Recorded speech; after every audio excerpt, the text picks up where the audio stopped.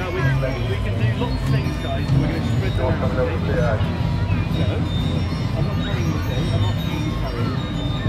You walk. You're a strong young man.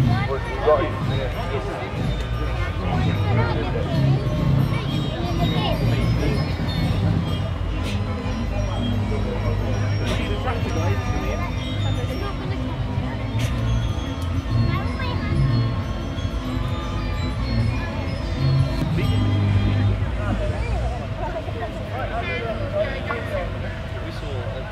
Good afternoon and welcome to the 2009 FAIRFORD Steam Rally and Show.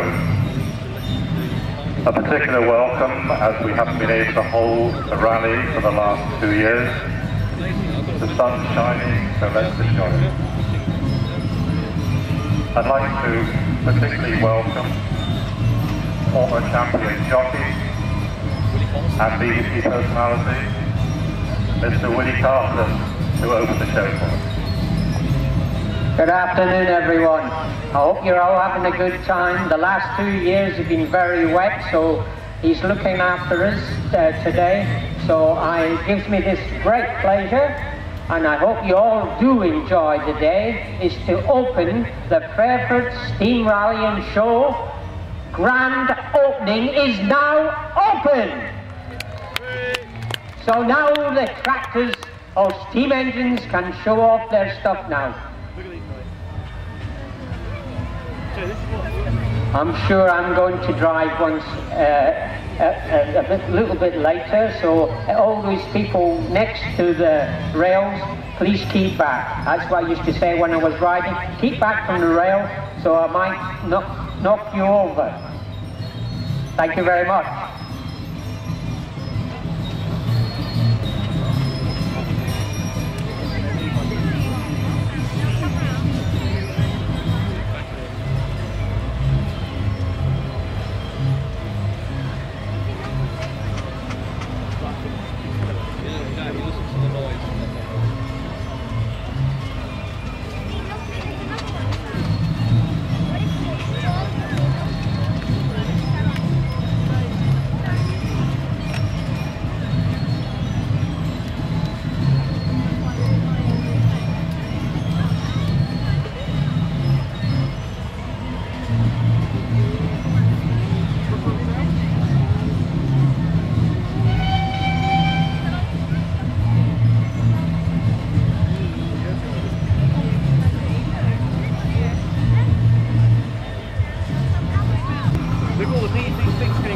Sorry, our steam commentator hasn't arrived at the moment, but the traction engine that's going around now with Willie on is an agricultural engine, and it belongs to John Plaister of Swindon. He's just arrived now, so he'll give you all the details, and I can shut up. Thank you, Reg. Reg is quite correct. The engine in question does belong to John Plaister, and it's a very special year for John with this engine because it's actually 50 years to this year since he bought the engine. So it's obviously a marriage.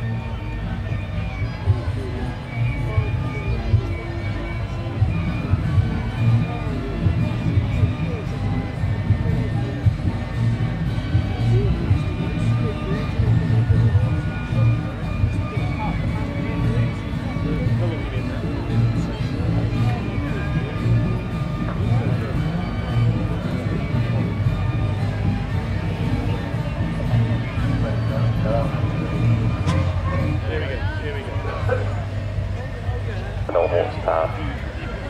I'm not quite sure why they decided on this figure of power, but it may be something to do with not making them sound too frightening when they were replacing the horses on the road. The Garrett traction engines aren't that common. There are a few in preservation, but and this one worked in the Suffolk area for most of its working life until 1958, when it was sold at an auction for preservation.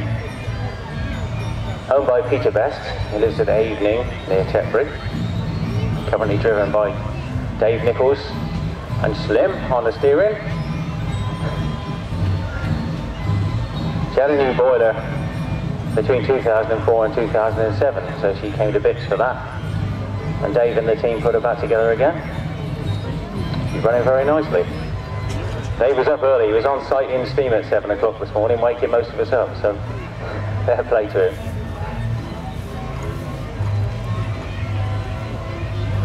Next we have a Tasker tractor. Once again, Tasker tractors aren't that common. And this is a B2, built in 1923. It's a 2-speed gear drive. And you may see underneath the number plate on the smoke box at the front is a flange which could be used to bolt on a headstock and convert the engine into a roller. It's in fact called a convertible, so that the contractors can either use it for light haulage duties or for rolling the roads if they swap the wheels over. And Mike intends to recreate it as a convertible, and he's making and acquiring the parts to turn it temporarily back into a roller. He'll be able to do a demonstration for us one year on how to convert a convertible. Next we have a 3-speed Foster tractor. I have to be quick because this is a very fast engine. If anybody who witnessed it coming in last night would appreciate. Named Icon Hobbit because it is very quick. And it worked with chippers of devices, hauling sawn timber and RAF buildings in its working life. It had press-on tyres from new. And there are 4 remaining 3-speed tractors of the 7 built. This is one of them. Usually drives around with about 7 tons behind it on the draw bar. Very quick engine on the road. The name Icon of it either comes from a 7 tug or a shower bang. It was named after one of those during its working life. Next we have a steamroller. Number 13, HR 7446, HR being a Wiltshire registration, which was a big part of the decision by the owner to buy this engine, or the joint owners I should say. When Jeff saw it, Jeff and Ian first went to see it, had the front end cut off of this roller, and somebody was thinking of converting it into a steam tractor, which would have been, in my opinion, a very bad practice. But so Jeff and Ian rescued it, reboiled it and rebuilt it. Worked for Barnes Brothers at Trowbridge, Wiltshire. Very well-known local rolling contractor with a big fleet of steam rollers. And this is an 8-ton piston valve roller, built in 1927. Very nice little engine. Who we got next? We got Mr. Carl Brown next, with a McLaren traction engine. Now these are rare beasts as well. There aren't that many McLarens. A lot of their business was for the export trade, heavy haulage engines. And this engine, built in 1904, number 757, was new to a threshing contractor in County Meath.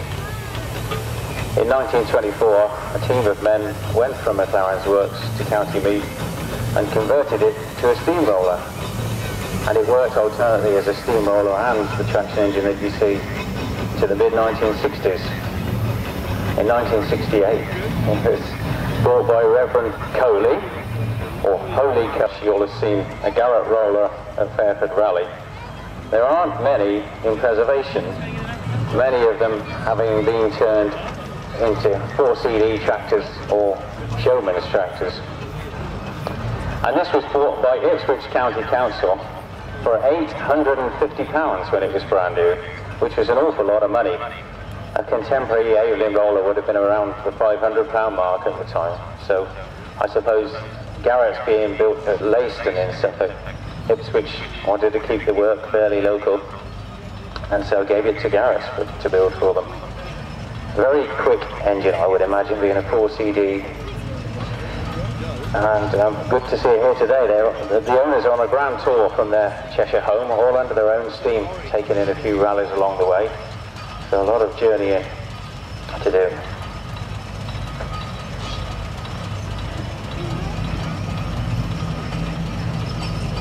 Next we have an engine that's not seen that often at rallies. It's So we're very grateful that Derek's brought it to see us today, owned by Derek West, Kempsford, Gloucestershire. It's a Marshall single-cylinder agricultural traction engine, a general-purpose engine, which means it could be either used on threshing duties or wood sawing, anything that required either driving from the belt or moving from farm to farm. Spent most of his working life in Northampton and has currently been with the present owner for 21 years. I remember the first time Derek and family brought it to the show, it was running but derelict looking, and then the next year they brought it, it was immaculate like you see it today. Very quick turnaround and a lovely restoration job. Next we have a Sentinel steam lorry. It's commonly known as an under-type steam lorry, and the only Sentinel we've got with us today, owned by Jeff Peach. There's a bit of a clue on the front of the engine there. And it's an S4, the 4 being the number of wheels.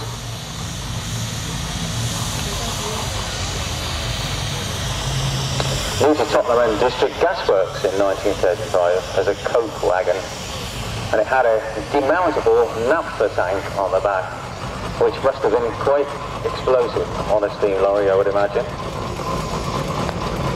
And in preservation it was used to move hay bales, which also must have been quite dangerous for a steam engine. Purchased by Jeff 15 years ago. The next engine you see before you, another Marshall cylinder traction engine. This one's called Countess, owned by Tony Beeching of Radstock.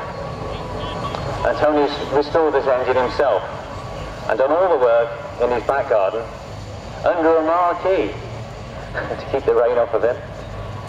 His wife painted the engine and lined by a local chap, Alan Meredith. We have another Evening and Porter steamroller now, number 14. Another 1927 single-cylinder piston valve, owned by Byron and Luke Martin from Fairford. And this is their first ever rally with the roller. And they're in the process of cosmetically making her look up to the standard she would have been built. The boiler and the firebox were done at the North Yorkshire Moors Railway in 1996. And they purchased her recently, and they've been doing some jobs to tidy her up a bit. They've got some more work to do.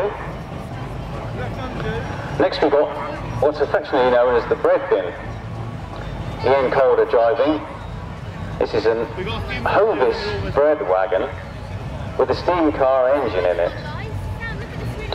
And it was restored by Jim Calder. It was inspired by a photograph of the Harrods and the post office vans that Jim had seen. The axle is from a Ford 10, so it's a bit of a bit sale, but it's a lovely exhibit. And this next engine, I also know a bit about this one. This is my own steam engine, this one. Built in 1904 and worked in Derbyshire for G.F. Tomlinson, and in 1929 purchased by Barnes Brothers, Trowbridge, Wiltshire. It's a bit of a famous history. In 1952, she was used during the making of the film The Titfield Thunderbolt, and driven by Sid James. You may remember the famous scene on the railway level crossing where the engine has a duel with a railway locomotive and comes off a lot worse, as you would expect. Rebuilt over the course of 6 years, finished in 2006, had a new firebox and the whole works. Still some work to do on her, as there always will be, I think. Driven today by Jason Howard.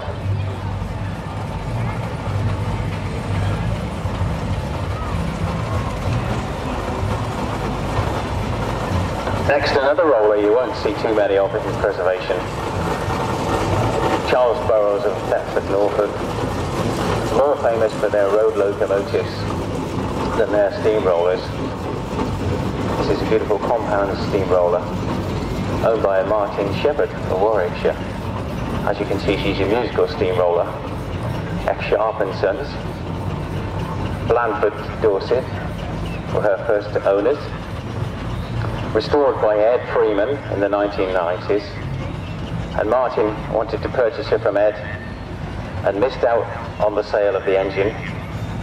But when the next owner sold her again, Martin was lucky enough to acquire her that time.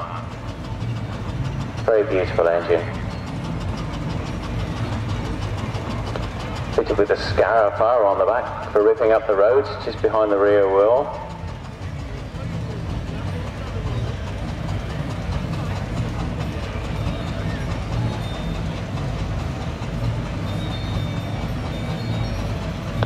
And then we have another Fowler traction engine.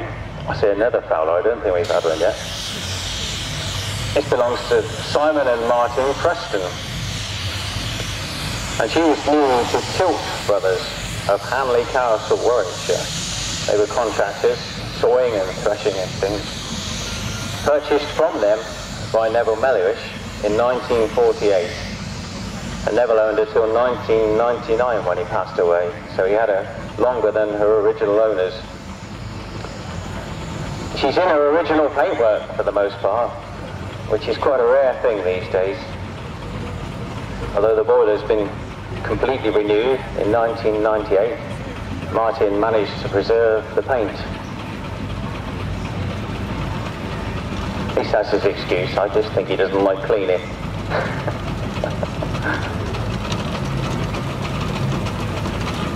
And then this next engine, you won't have seen before, I'm sure, because this is its first ever steam rally.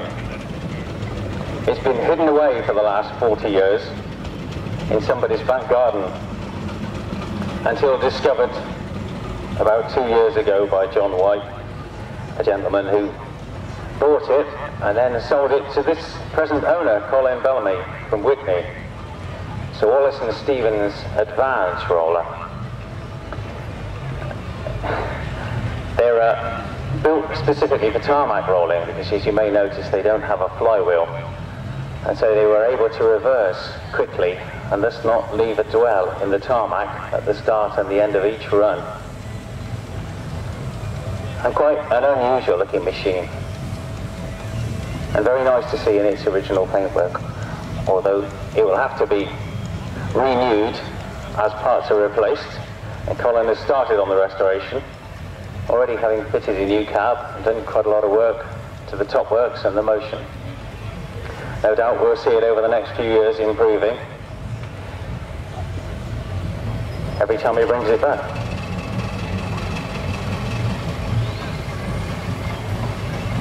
We have another Aveling and Porter roller now, a very late one, built 1934, just on the cusp of Aveling's being taken over by Aveling Barfords. It was new to Bath Council and worked in the Bath area for all of its working life, having been sold to Ernest Ireland from the council. Purchased 20 years ago by the present owners, who continued the restoration of it.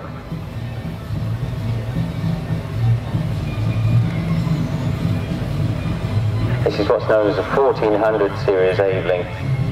They went through different styles and changes along the way. This is regarded by many as their ultimate design of steamroller, having a balanced crankshaft and compound cylinders. This must have been a very good engine, economy-wise, and quite nice to drive, I would imagine. Next we have a Burrow gold medal steam tractor, owned by the Davis family. This one actually worked for Barnes's timber merchants in Swindon, and John Plaister, that was on engine number 1, as a boy he used to ride in the coal bunker of this engine on a specially constructed elm seat, which was probably quite a spectacle for him in those days. As you can see, this engine is fitted with pneumatic tyres at the front, which is a conversion that was done to quite a few gold medal tractors, although most have been converted back to straight wheels as built. And this is one of the only surviving examples on the pneumatic tyres. It did actually have a spell as a showman's engine and worked on the pairs for a while. Now owned by the Davis family. You may remember, if you're a regular visitor to Fairford, that James and the family usually bring their showman's engine, Britannia, to see us here. Unfortunately, Britannia's currently having a new firebox and possibly boiler barrel and lots of other work. So it'll be a few years before we see her again, but I'm sure she'll be looking as good as new when she comes out. Now we have King George VI, a Burrell Showman's Road locomotive. Built in 1913 as a straightforward road locomotive, and in 1914 she was sold to a famous haulage company called Hickey's, who named her City of London. And she worked for Hickey's until 1936. She was involved in a famous accident that took place while in Hickey's ownership called the Hack Bridge incident, where she was the brake engine on a train of 3 locomotives with a massive transformer that ran away with them on a hill and turned over. And King George, or City of London as she was then, was the only engine that remained upright.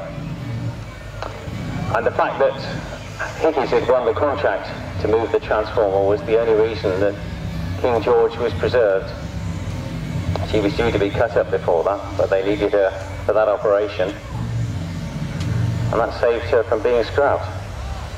In 1913 she was sold to Swales Bosworth, a showman, in the coronation year, and hence the name was changed to King George. Purchased by Jack Wharton in 1949, and she's the first ever showman's engine to visit a steam rally. And next we have a man steam tractor owned by Ted Hopkins. Now there aren't very many man steam tractors left. This one was built in 1918.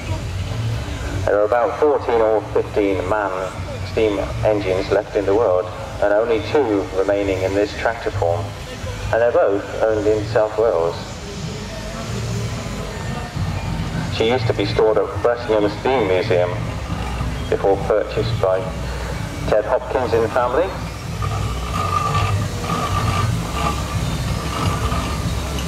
Next we have David Paxton on a Marshall single-cylinder traction engine. This engine was new to Rose's contractors at Haddon and Buckinghamshire. They were threshing contractors with lots of engines in their fleet.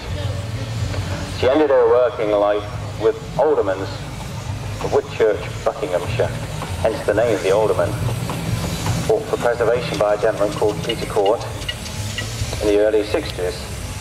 She came to some of the early Fairford rallies. In 2000, Dave rebuilt her, and is still continuing the restoration of the engine with a few jobs to do still. I think there always will be on all of our steam engines. Next, we're very privileged to have Lord Nelson, which is a beautiful 8 nominal horsepower Burrell compound road locomotive. Built for Anderton and Rowlands, the famous West Country amusement contractors, and worked as a showman's engine from 1913, hauling and powering various rides of theirs. And then was sold to the Bewley Motor Car Museum and spent many years on display there until purchased by Tim.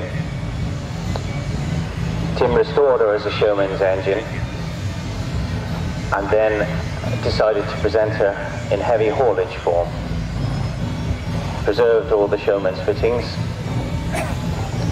I think you all agree she looks very powerful and nicely proportioned as a locomotive.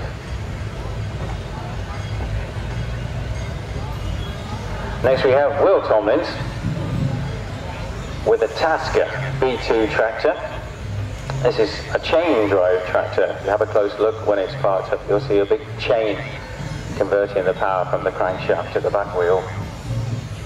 It's a 3-speed tractor built in 1917. There are 30 Tasker tractors surviving in preservation. I think you'll agree Jolly's a very pretty engine, very quick engine on the road too, with the belly tanks underneath for extra water capacity. She can do a few miles without having to stop. Must have been a very useful tool for the hauliers that used to run her. She would have been on furniture removal and light haulage duties, various tasks. Built for one-man operation when on the road.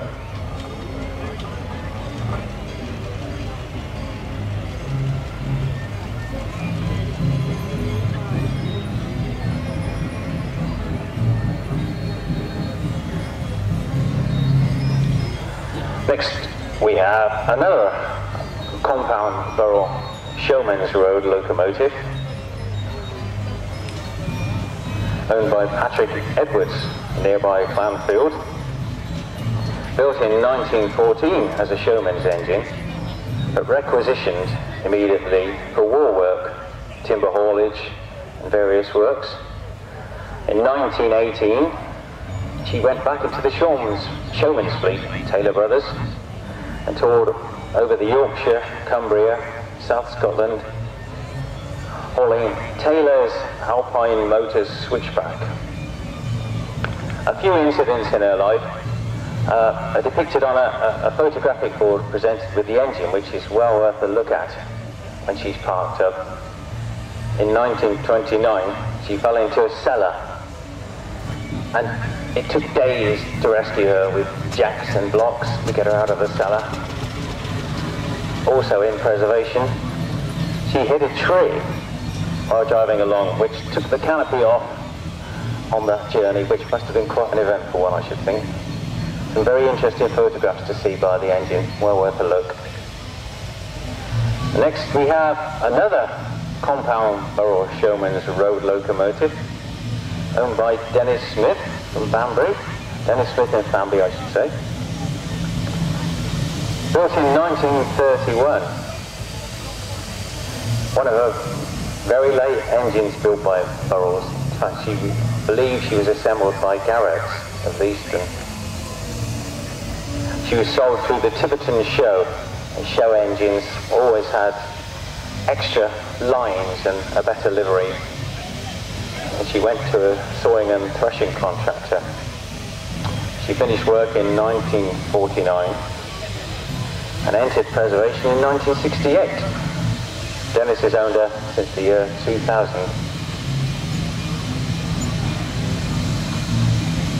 Next we have a Burrow, another Burrow gold medal tractor. They're called gold medal tractors because a trial of 1907 to see which was the best tractor, an RAC trial, and the Burrow won the trial and won the gold medal.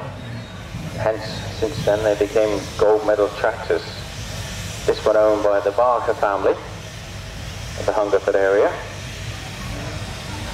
She used to be a showman's engine. She worked for a short while in that guise. Spent most of her life in the Tetbury area.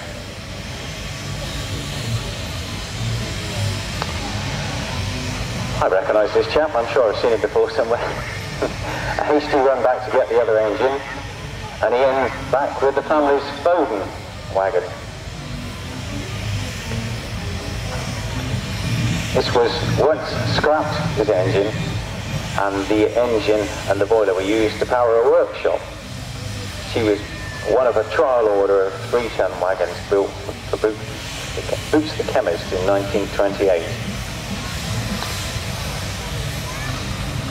She was assembled by Jack Crabtree into a working vehicle, put back together, and in 1992 purchased by the present owners, the Calder family. Now I know this next chap. I could also tell you that this engine was built by him as well, which is no mean feat. Thank you, Collins. Come